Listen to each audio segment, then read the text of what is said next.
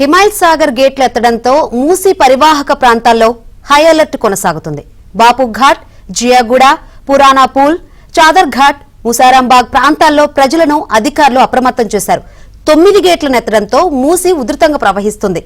వరద తాకిడి పెరగడంతో ముసారాంబాగ్ బ్రిడ్జ్ వద్ద వాహనాల రాకపోకలను నిలిపివేశారు. దీనిపై మరింత సమాచారం మా ప్రతినిధి నుమాన్ అందిస్తారు.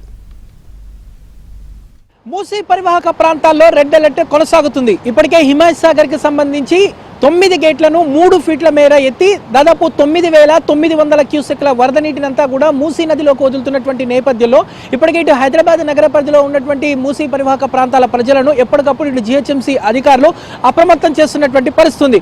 మరోవైపు ఏదైతే మూసీ ఉగ్రరూపం దాలుస్తున్నటువంటి నేపథ్యంలో ఇటు చాదర్ ఘాట్ కానివ్వండి, ముసారాంబాగ్ కానివ్వండి, నాగోల్ వద్ద మూసీ ప్రమాదకర స్థాయిలో ప్రవహిస్తున్నటువంటి పరిస్థితి. ఇప్పటికే ఇటు ముసారాంబాగ్ బ్రిడ్జి మీద రాకపోకలను కూడా నిలిపివేసినటువంటి పరిస్థితి ఉందని చెప్పొచ్చు. ప్రస్తుతం నేను ముసారాంబాగ్ బ్రిడ్జ్ దగ్గర ఉన్నాను. ముసారాంబాగ్ బ్రిడ్జ్ దగ్గర మనము చూడొచ్చు ఏదైతే మూసీ వరద ఉధృతి ఏ విధంగా ఉందనేది కూడా మనకి ఇక్కడ చూస్తే చాలా క్లియర్గా అర్థమవుతుంది. సో దాదాపు నిన్నటి నుంచి కూడా ఇటు ముసారాంబాగ్ బ్రిడ్జ్ మీద రాకపోకలను నిలిపివేసినటువంటి సిచ్యువేషన్ ఉంది. సో ఎగువ నుంచి వస్తున్నటువంటి వరద నేపథ్యంలో హిమాయత్ సాగర్కు భారీగా వరద వస్తుంది. ప్రస్తుతం హిమాయత్ సాగర్కు 27,000 క్యూసెక్ల ఇన్ఫ్లో ఉంది.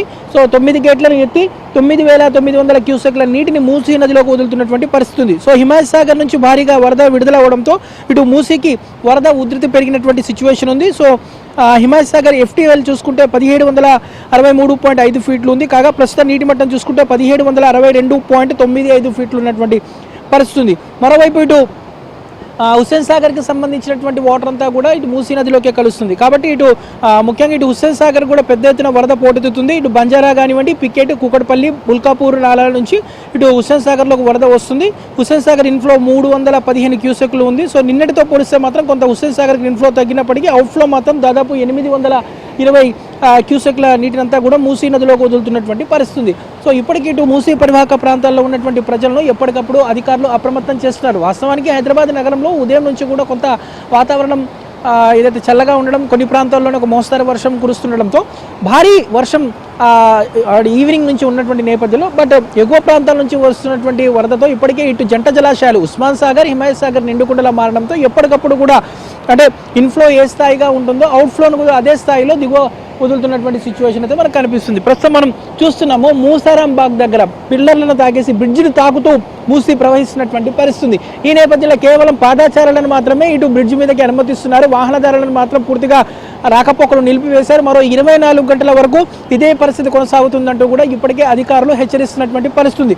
మరోవైపు ఇటు మూసీ పరివాహక ప్రాంతాల్లో ఉన్నటువంటి బండ్లగూడ కానివ్వండి, బాపుఘాట్ కానివ్వండి, లంగర్ హౌస్ కానివ్వండి, అదేవిధంగా ఇటు జియాగూడ, పురాణా పూల్, నయాపూల్, అదేవిధంగా ఇటు ముసారాంబాగ్, నాగోల్, దాంతోపాటు శంకర్ బస్తీ లాంటి ప్రాంతాల ప్రజలను కూడా ఎప్పటికప్పుడు అలర్ట్ చేస్తున్నారు. మరోవైపు ఇటు జియాగూడ, మూసీ పరివాహక ప్రాంతాల్లో ఉన్నటువంటి స్థానికులను కూడా ఇల్లు ఖాళీ చేసి వారికి పునరావాస కేంద్రాలకు తరలిస్తున్నటువంటి పరిస్థితి. దాదాపు 9 గేట్లను హిమాయత్ సాగర్ గేట్లను ఎత్తినటువంటి నేపథ్యంలో సో రాగల 2 రోజుల పాటు కూడా వర్షాలు ఇదే స్థాయిలో ఉన్నటువంటి నేపథ్యంలో ఎప్పటికప్పుడు కూడా ఇటు జిహెచ్ఎంసీ యంత్రాంగం అంతా అలర్ట్ అవుతుంది. మరోవైపు ఇటు హైడ్రా బృందాలు కూడా అలర్ట్ అవుతున్నటువంటి సిచ్యువేషన్ అయితే మనకు కనిపిస్తుంది. సో ప్రస్తుతం మనం చూసాము ముసారాంబాగ్ దగ్గర ఎలాంటి సిచ్యువేషన్ ఉందనేది కూడా మనకి ఇక్కడ చూస్తే అర్థమవుతుంది.